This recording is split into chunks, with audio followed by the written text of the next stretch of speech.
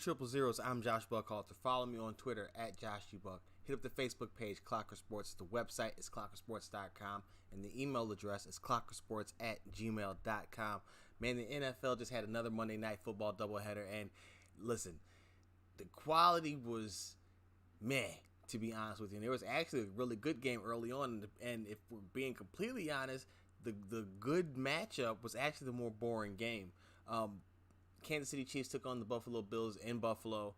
This game was rainy, sloppy, and Buffalo, for the second week in a row, looks like a team that is not exactly who we all thought they were coming into this whole thing, because they started off with the hot Josh Allen was very hot 300-yard passing games. Their passing game really looked much more advanced, and their running game had been suspect in defense as well. Well, those two things kept up in the rain, as they couldn't stop Clyde Edwards-Helaire of the Kansas City Chiefs. He racked up 161 rushing yards as he just apparently heard the news that the Chiefs signed Le'Veon Bell. I don't know if you've heard that. Maybe you caught the last episode when I talked about that and the impact it had on me and my fantasy team. It's gonna be hard going forward. But anyway, I digress.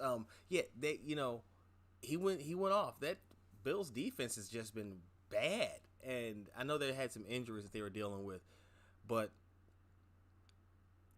it was not an inspiring effort by any stretch of the imagination. And again, more important for them, I think, is the fact that they don't have a run game of their own.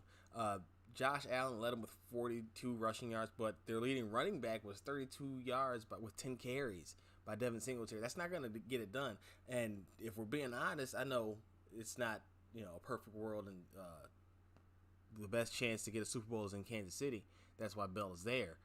But a better opportunity for him would have been in Buffalo to take advantage of the need there for somebody to make something happen, because that's been an ugly part of what was really a big success for them last season. And I know that they've advanced their passing game to a level that's very much with the modern NFL, but they were a good running team, and they need to get back to that. Otherwise, it's going to be a lot more of what we've seen the past couple of weeks against the Titans and now against the Chiefs, where they're kind of keeping the lid on Allen up top and keeping him in the pocket somewhat. And you see, he still struggles some. That's part of the growth process. He's come a long way, but he still has some ways to go. I think he'll still figure it out, and they'll figure out ways to scheme guys open. And what they really need to do, though, is figure out a way to get that running game going. And I'm trying to think off the top of my head, and I can't. Maybe I'll do this one for Clocker Sports. Potential trades that can get this to work out, because he's right there. They're right there. They're missing that one piece, and I thought that I had said Bell would be the best fit for him, but he decided to go with again. Can't blame him for going to the Chiefs. I would sign with the Chiefs. Hell, let them ask me if I'm trying to sign. I'm signing right now. So yeah, Buffalo needs a running game to offset, to balance them out. And because that defense is getting shredded, and Allen, you can't put it on his arm all the time. But again, back to the Chiefs. Edwards-Helaire, 161, fam. Still no touchdowns. They still have some issues in the red zone, but good to see him go out there and have a very good game on a defense that, again, they're not what they used to be, but they were still okay against the run. They weren't good. But it's good to see him getting what he's supposed to get against bad defenses. How about that? I'll rephrase it and put it that way. And then in the late game, the Dallas Cowboys got destroyed by the Arizona Cardinals. And I mean absolutely destroyed. So much so that it rolled into the fourth quarter. And I literally remember I was in my sports group, and I remember oh my gosh. I remember posting to the group, I can't believe it's just now the fourth quarter. Like, it took forever for this game to end. And by the way, the Chiefs game was 26-17. Cardinals 38-10 over Dallas. That's an interesting score, because we'll talk about why in a second. 38-10 for the Cardinals, and Kyler Murray went out there and 188 yards through the air, 2 touchdowns, 74 more yards on the ground, and another touchdown. Kenyon Drake 162 yards and 2 touchdowns. A guy who has been much maligned in that backfield and was, in danger of splitting reps with Chase Edmonds, and goes out there and gets you there. I mean, he had one humongous run late in the game when it was already out of reach to make it 38-10, but it was bad. And I mean, it was so bad that I was a person who wrote 4 O'Clock Sports last week about picking up Andy Dalton in fantasy, just because I thought that he would be able to manage to get you something. There's too much talent in that Cowboys offense for him to be as ineffective as he proved to be on the evening. He ended up with 266 yards, a touchdown and 2 picks, 54 passes, 34 completions. Now, much of the beginning of this game, the reason why the Cowboys were down in the hole, they were down 21-0 before they could even blink. Ezekiel Elliott, quick 2 fumbles. I mean, back-to-back. I'm talking about back-to-back plays, let alone possessions. And then Dalton ended up throwing a pick. So he contributed to his own demise, but it was already starting, and it just snowballed. And I mean, it was brutal, a beatdown. And at one point, you saw the graphic. I think DeAndre Hopkins finished with 2 catches. Like, it wasn't big. It was. And they still got outscored by 28. It was bad. It's bad. And what's worse for the Cowboys is there's no helping the defense, right? You can figure, okay, Dalton will get better under center. I mean, I would hope so.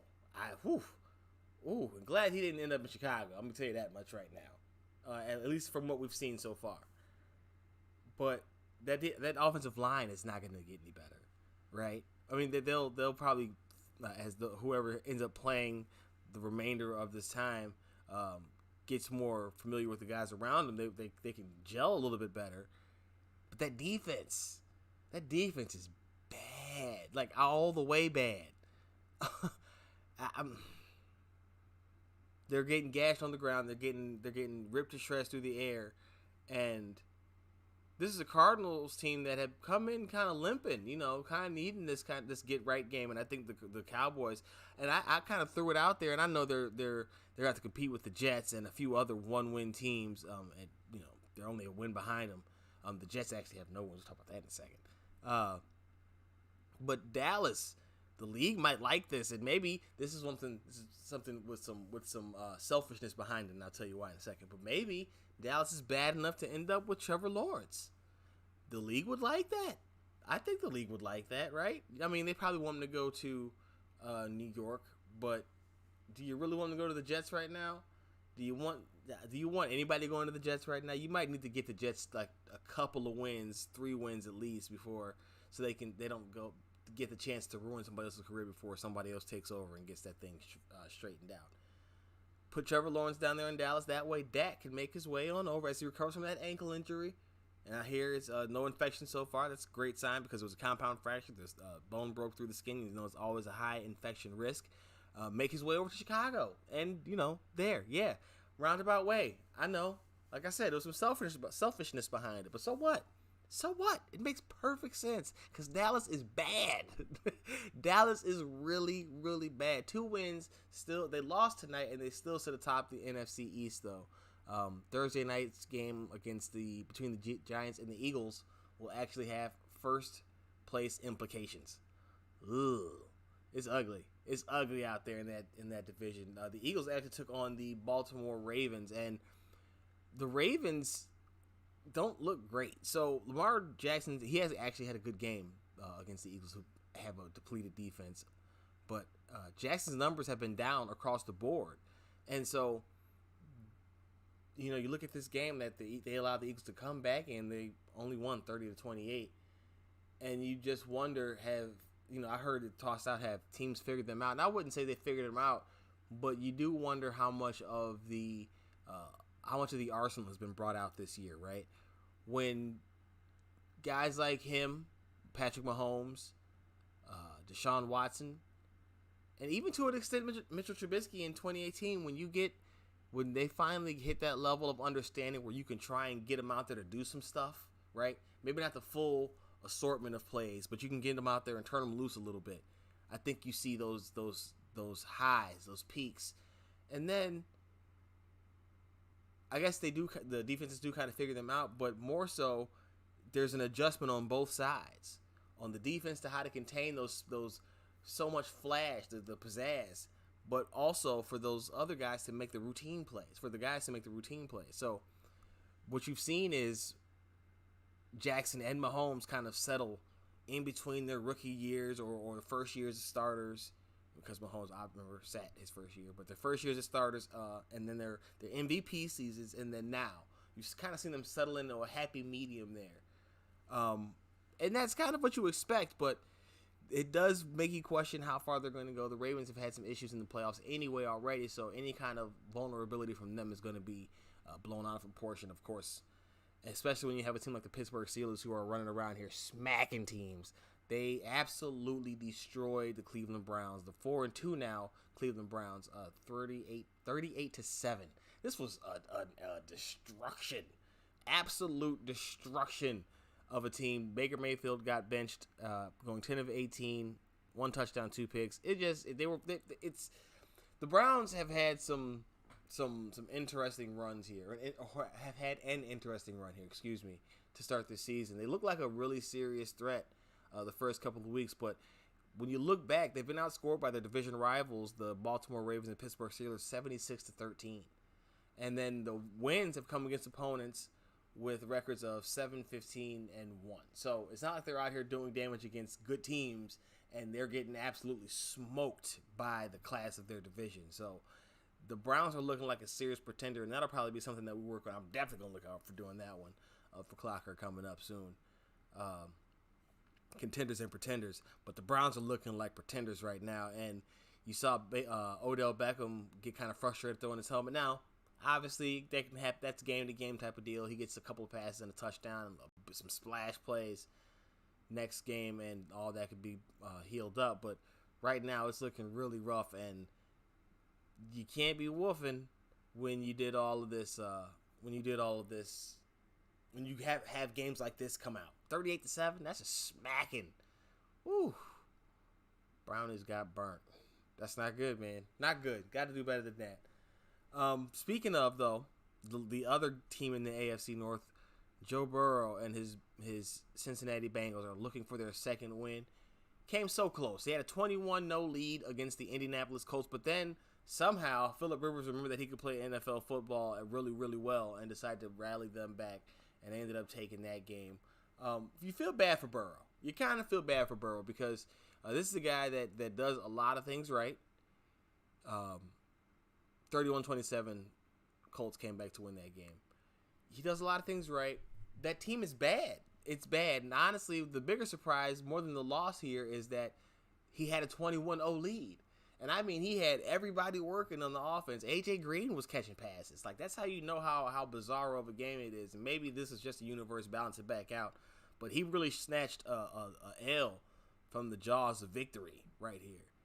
And I wonder, kind of an instant comparison between he and Justin Herbert of the Chargers, who is also 1-4 and has gone through some really, now he's not 1-4, he's 0-4. One win came with Tyrod Taylor. But he has had some just horrible luck the past few weeks, mostly in the way of turnovers. Some of his own. Had a fumble by Keenan Allen a couple of weeks ago. They're on bye week now, the Chargers are.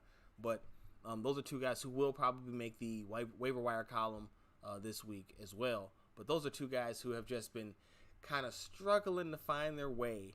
And it just doesn't seem like they're going to be able to do it because every time they get there, they just, again, find a way to get that L. Bengals 21-0. Herbert had the W against the Saints before the bye. And the kicker missed it off the crossbar or off the upright. Like, it's just been rough for these rookies trying to get some W's, man. Burrow already has one. He's trying to stack some wins, but oh man, that's brutal. You hate to see that completely. That's enough of the players. I do want to talk about some of these coaches, and I'll go back to some of the games, the other teams too. But the Jets, Adam Gase, what's going on? I talked about Trevor Lawrence. Maybe they don't want him to go into the NFL, that is.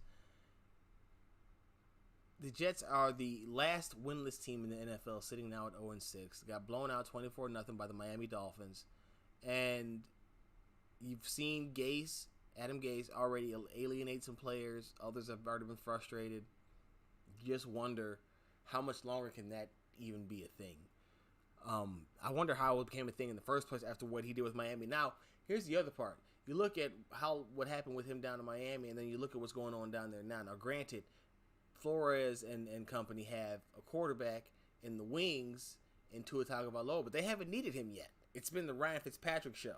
So Don't give me the fact that, they got a chance to draft their guy. He's not even seeing the field. He saw it just this past week, but that was mop-up duty. So, I don't get it. I didn't get it when it happened. It didn't make any sense. He was coming off a disastrous tenure. So, he was unemployed for like 48 hours. It was really weird. But this is the Jets, and this is why I say maybe the league doesn't want Trevor Lawrence going to the other New York team. So, and then you got Mike Zimmer, and I talked about this a little bit last episode. Mike Zimmer has the Vikings at 1-5. Excuse me, I've been saying 1-4 this whole time. 1-5 for all these teams, other than the Jets, who are 0-6. Mike Zimmer does this every other year. Now, next year, there's a good chance Mike Zimmer and the Vikings will win double-digit games, and they'll be right back in the playoffs, and he will probably be there to do that. But if you're an owner and you've seen that the cap on this team is a second round out at best, right? And then you got to deal with these down years in between. Now, granted, there's been some COVID opt-outs and injuries and stuff, but for the most, again, this has been a pattern. This is every other year has been like this. How much longer does it continue? I know he's got to win at least. There's a lot of respect for him around the league and the locker room, I would assume, as well. So this is just a down year, but again, when it becomes every other year, like again, the pattern is so visible. You give the Atlanta Falcons their first win with Raheem Morris filling in as interim head coach. Like, how much longer is this one? Gase is clearly worse, just because Gase shouldn't have been there in the first place, more than likely. But the Zimmer thing is, you have to wonder how long before the ownership in Minnesota feels like they're capped with him at the helm. They just re-upped Kirk Cousins, so they ain't shipping him anywhere. I would imagine you want to keep him. Is Gary Kubiak sitting there waiting to take over? Tyronn Lue in it? You're in the catbird seat. I don't know, but I just feel like at some point Minnesota's going to have to find another way to get the most out of this team consistently. And it's been defensive breakdowns. If Zimmer is a defensive guy, if the defense is what's letting you down, that's and you're losing, yeah, that's a problem. That's a problem. And you had Doug Marrone down in Jacksonville, and this one's interesting because the reason why I say that is I could see Marrone sticking around for no other reason than Jacksonville has pieced out their own future. This has been ownership and management, and I'm assuming Marrone as well, alienating players and getting guys out of there, having guys wanting to get out of there. So he might not be going anywhere as they figure out what they're trying to even do with this organization. Are they still thinking about moving overseas? I don't know. Has COVID changed that? Who knows? But it's not good. They're bad too. And again, another 1-5 team at the bottom of the division. How much longer can Marrone be mediocre? He's another Gase with a better personality, I would like, and that's just by default because Gase just has a horrible personality. Or I'm not saying he has a horrible personality. I've never met the man, but he seems from afar. He seems like he has a better personality. That's as best I could put it. Those three coaches. I don't know how. I don't know. I have no idea how Gase is still around after what he's done to that team. And then Zimmer, I get why Zimmer is still there. But again, this pattern. Maybe this one is the one where they say, after this year, they just say we got to go a different direction. Who knows? Bring in the offensive coach to try to take this next step. Especially because they're rebuilding the defense anyway. I don't know. Because he's a good guy to have if you're rebuilding the defense. And they're coming around. They were coming around. Ugh. It's ugly. And then Jacksonville's just rudderless. So, and that's the other thing about them. Where are they going anyway? As a team. Not necessarily even as a franchise like the organization. Where are they trying to move? Where's the team going? What are they doing? Are they rebuilding? Are they trying to contend? Are they trying to build? What's happening? There's too many questions there. So, Marrone might stay, but man, those three guys have to be feeling the heat right now. Antonio Brown will be eligible to return to action in 2 weeks. He has no team. He is a free agent, but he will be eligible to return to play in 2 weeks if he remains unsigned. It's interesting, and I've seen it brought up multiple places, that he hasn't garnered any interest while he's still been able to be signed right now. And I would imagine that that's if there's interest, not signing him would be risk mitigation. You just don't want him sullying your name unnecessarily. I would imagine some team is wanting to bring him in. I can't think of who, because he is a lot to bring in. He has been in recent stops. So I don't know necessarily who would be willing to open up their locker room to that. But I would imagine that he does have interest. And I would imagine that not announcing or not signing him ahead of time, ahead of his availability clearing up as it has, or as it will rather, is simply a matter of trying to mitigate him going out there and doing something foolish while being under contract with you, with said team. So, one team he did say no to himself was the Bears, and he said no because not with Nick Foles. And first of all, AB, whatever. You can go ahead down there to Dallas and play with Andy Dalton if you'd like, sir. I didn't think so. Yeah. It's not cool, man. Nick Foles pulled out the win. Anyway, yeah, I get it. He just doesn't want to come to Chicago, probably. But that was kind of hurtful. Like, not with Foles. I said this to Deion Sanders on the set with the Barstool guys. The other Barstool guys. I forgot Sanders part of the Barstool family, too. Yeah, he said no, not with Nick Foles. Whatever, dude. Go ahead and tear apart somebody else's locker room, family. Do what you got to do elsewhere. I don't know. That one was a bit much. I didn't understand the need to point out Foles like that. I don't get it. Is it because Foles is such like a Christian guy that he would probably bring down the locker room for Antonio Brown? Because that's all. Like, he singled out Nick Foles. Is it some of the wayward passes that we've seen? Because we've seen some wayward passes, and that's probably going to be how I formulate the next article for Last Word on Pro Football. If you haven't caught the recap of this weekend's game as the Bears beat the Carolina Panthers to go 5-1 on the season. The recap talked about how they got pressure on Teddy Bridgewater, made him uncomfortable. And what it didn't talk about, though, what's going to be talked about in the next installment for previewing the Rams game, is the on-target passes by Nick Foles have to be a lot better, right? He's putting them on guys, but he's got to put them on guys where they're not being hung out to dry. He has dropped some in some places that have been very tight, and you're pleased with that. You like some of the throws that he's made with guys in stride, but he's also hung some guys out to dry to get absolutely blasted, and that could be what Brown was referring to. But I could also be looking way too into it, and he just doesn't want to play with Nick Foles. I don't know. It could be, again, the super Christian thing from Nick Foles, who said that Club Dub was a bit of a different atmosphere for him, and that he would but he would have chosen something different, maybe some Christian rap, but whatever. Damn, AB, you don't even got a team, and you out here talking about nah to somebody. Okay, well, we'll get this win without you then, fam. It's hurtful. Bears did overtake the Green Bay Packers for the first place in the NFC North by virtue of actually playing one more and winning one more game than the Packers, who took their first loss of the season against the Tampa Bay Buccaneers, 38-10. See, I told you we'd come back to that score. That's the same score that was in the earlier game. Same score from the Cardinals game. The Buccaneers put it on the Packers. Rodgers and the Packers scored the first 10 points. Rodgers was in the end zone, pelvic thrusting like he was Key and Peele. And then the next thing you know, 38 straight points. 38 straight points. I'm not going to do it again, but you get it. Oh, my goodness. It was a shellacking that I don't think anybody saw. And you saw Rodgers get kind of rattled when you hit him. Now, to be fair, the Bucs were at more full strength. They had more of their weapons back. Chris Godwin played this time. Scotty Miller was more healthy. They got Gronk involved this time. Pass rush was still vicious. But what you saw was the Bears go out there and take care of business. So while the Packers played the late game, the Bears weren't worried about letting some other team take care of, help them out and get an L on the top team's record, put a blemish on there.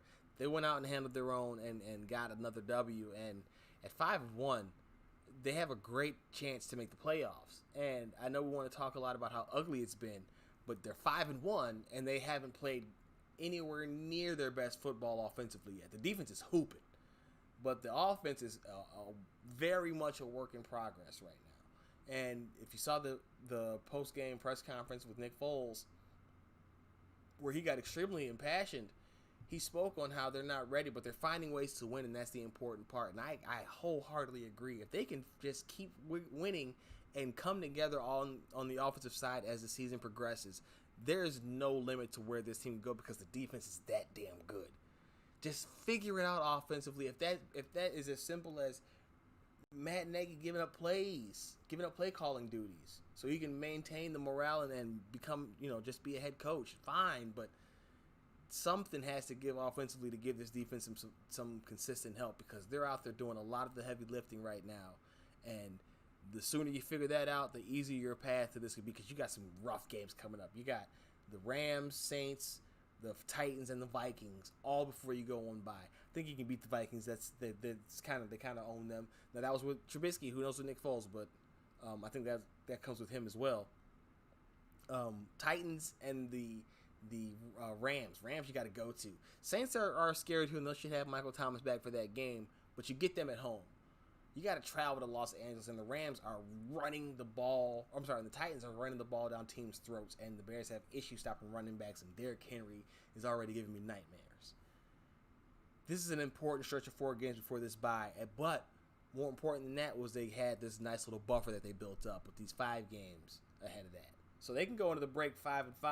It's going to look bad, and they don't want to go that way, but they definitely would still have a chance at the playoffs going in with the ultimate skid. But I still think they come out of this at worst 2-2. So,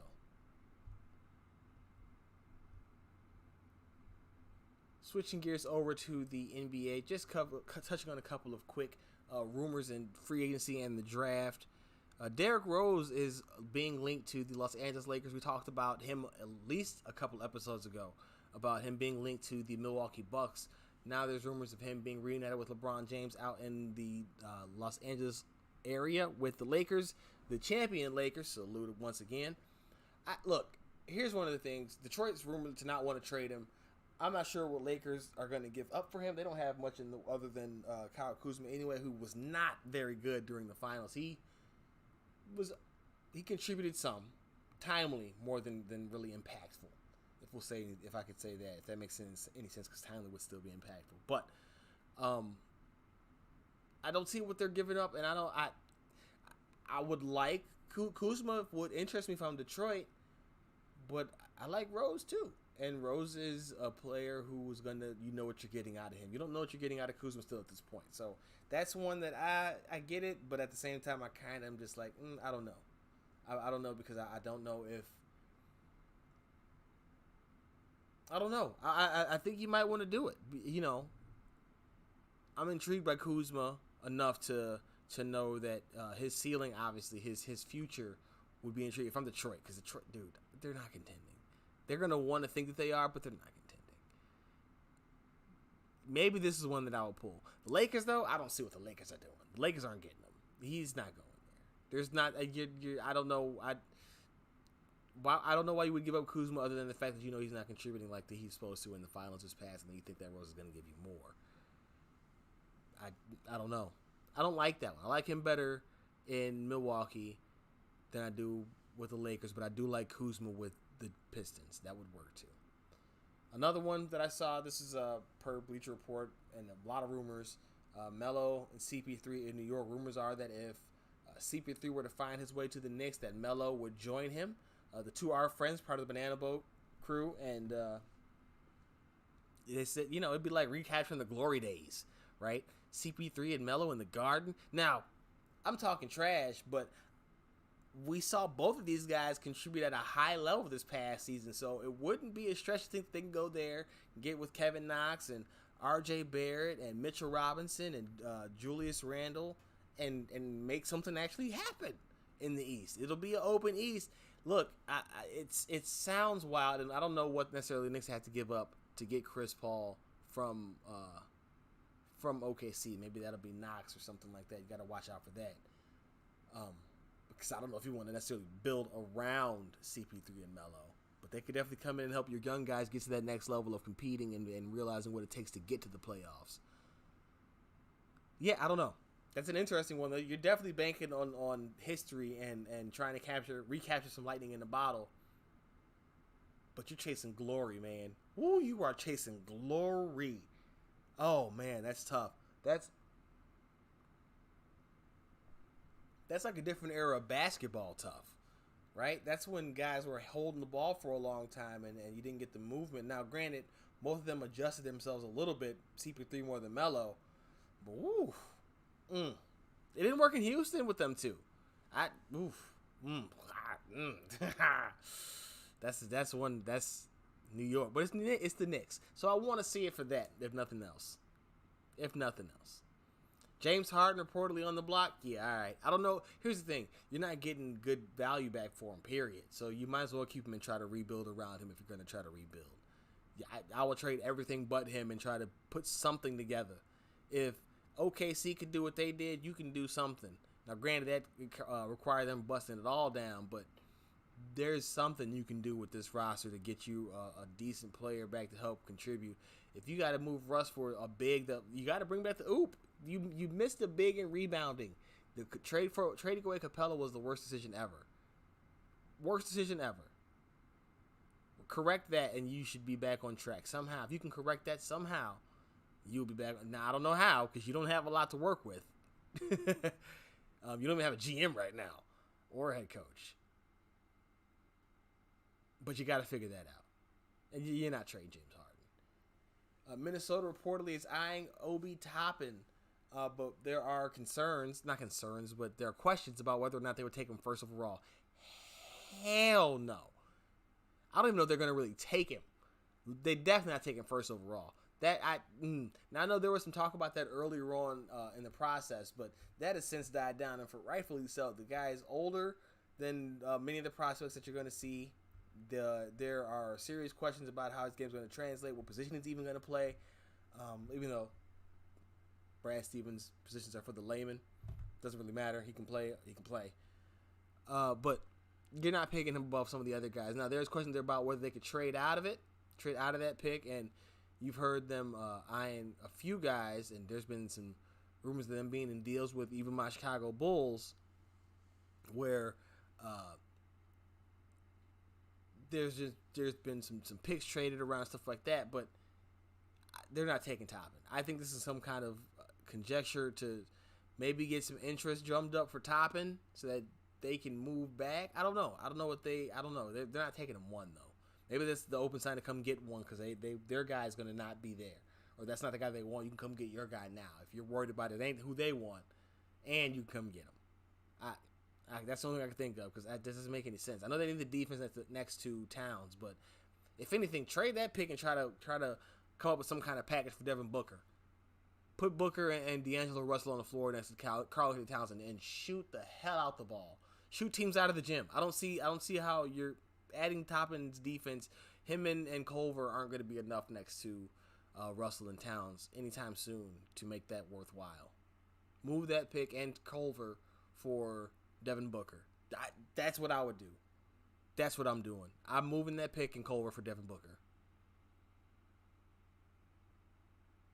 And then lastly, you got Jrue Holiday to the Nets. Now, this one's interesting because it poses a good question that I saw about something with the Bulls. And I told you last episode to be on the lookout for that piece for Pippen Ain't Easy. The the hard way, 3 visions for the Bulls through the eyes of the GM, the head coach, and the vice president of basketball operations. That's in reverse order, Arturas Karnisovas, Billy Donovan, and Mark Eversley. So, one of the things that I noticed is there's a lot more talk of moves for the Bulls. And one of the moves that I saw was Zach LaVine in the 3-team trade to the Brooklyn Nets that would also involve the Golden State Warriors. The Warriors would end up with Jared Allen. The number two overall pick would be to the Bulls. Bulls trade the 4th pick to the Brooklyn Nets and blah, blah, blah. Well, here's the thing that I also saw. Again, I told you Jrue Holiday to the Nets. You have to wonder, for the Nets, they're being involved in a lot of these trades, but you have to wonder, what are they looking for? Now, I know we heard of Kevin Durant and Kyrie Irving saying that they need a 3rd star. Some have tried to purport that it would be, Karis LeVert showing in the postseason was enough to convince Kevin Durant and Kyrie Irving. I highly doubt it. And you got to look at what they need. So if you're asking between Zach LaVine and Jrue Holiday, which one do I think it would be best? It's obviously depending on what they need. If you want just a bucket, somebody's out there to score, we'll get you some points. it's Zach Levine. He might not contribute much else, but he's definitely going to give you some points. Jrue Holiday is not going to score nearly the way Zach Levine. He's going to have some nights where he's going off, but he's not going to have the night-to-night impact on the offensive side scoring the ball as Zach Levine will. What he will do, though, is play defense up to the three, which Zach can play, but he's a damn it, he tried defender, right? He's not really a good defender. I'm not gonna sugarcoat it. But Jrue is a lockup type of dude. He can shoot, he can handle the ball, he can run your offense as a point guard. If I'm the Nets, I'm probably eyeing Jrue Holiday. It'll probably take less. It's going to cost less. He's a better fit next to Kyrie Irving and Kevin Durant, who are guys who can handle all the scoring already. They need some fill-in-the-gap guy, and Jrue can do that, and then some. He's like a big Kyle Lowry without the flopping, with really solid defense, and like 4 more inches in height. He's a good player, really good player. Probably a little bit cheaper to go and pry him away too. But again, maybe they want buckets and they can fill out the defense with everything else and they go get Zach Levine.